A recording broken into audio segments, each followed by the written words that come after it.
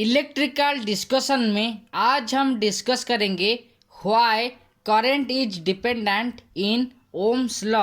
Ohm's law में या फिर ओम्स का जो नियम है वहाँ पे करंट क्यों डिपेंडेंट फैक्टर है, उसके बारे में आज हम डिस्कशन करेंगे।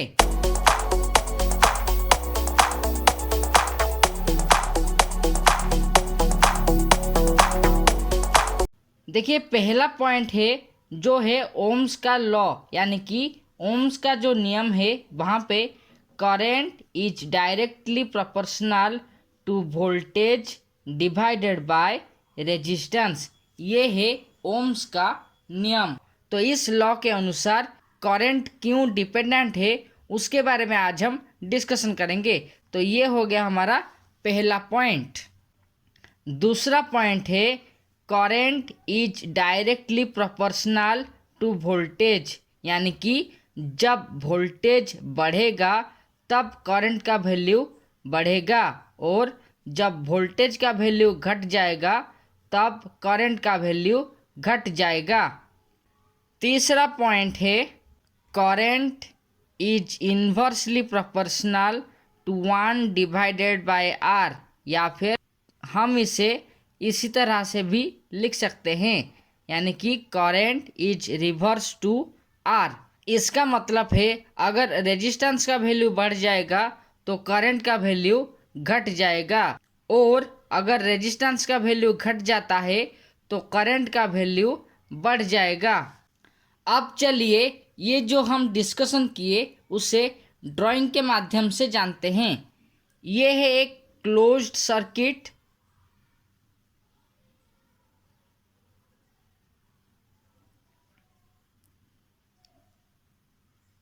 और ये है इलेक्ट्रिकल सप्लाई जहाँ पे हम डीसी सप्लाई को अप्लाई किए हैं।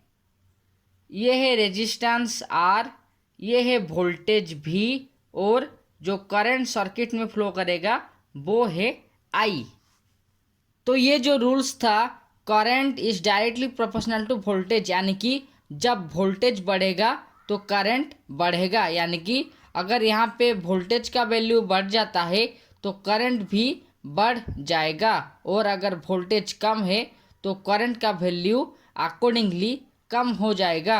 ये जो पॉइंट था current is inversely proportional to resistance, यानी कि अगर रेजिस्टेंस बढ़ जाएगा तो करंट इजीली फ्लो नहीं कर पाएगा, यानी कि यहाँ पे करंट का वैल्यू घट जाएगा, और अगर रेजिस्टेंस का वैल्यू कम है तो करंट का वैल्यू आसानी से बढ़ जाएगा, या फिर उस पाथ में करंट इजीली फ्लो कर पाएगा। अब चलिए ओम्स लॉ को एक न्यूमेरिकल या फिर क्वेश्चन के माध्यम से जानते हैं।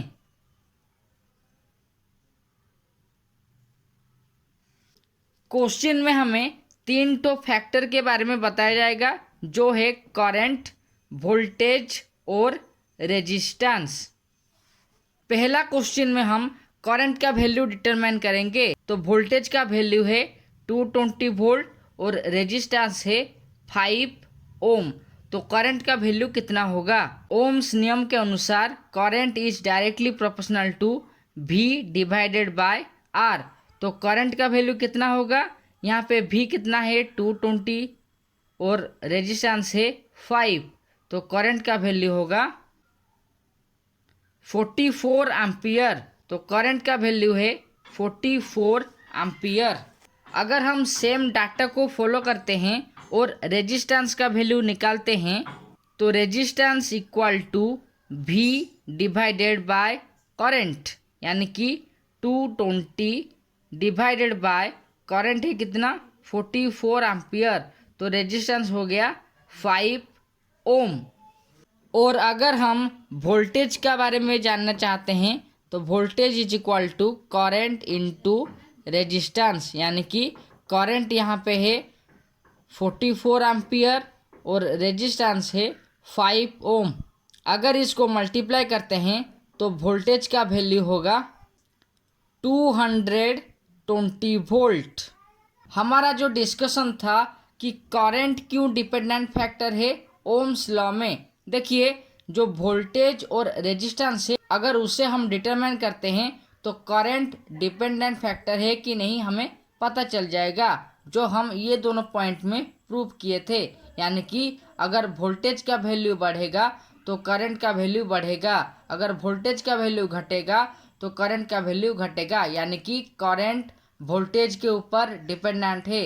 और जो तीसरा पॉइंट था, current is inversely proportional to resistance, यानी कि अगर रेजिस्टेंस का वैल्यू बढ़ जाएगा तो करंट का वैल्यू घट जाएगा, और अगर रेजिस्टेंस का वैल्यू घट जाता है तो करंट का वैल्यू बढ़ जाएगा।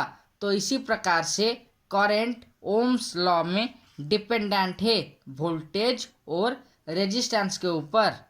अगर आपको इस वीडियो से कुछ नॉलेज मिला है तो इस चैनल को सब्सक्राइब करने के बाद बेल आइकन में ऑल ऑप्शंस को क्लिक कर दीजिए। साथ ही साथ इस वीडियो को एक लाइक कर दीजिए। Thank you.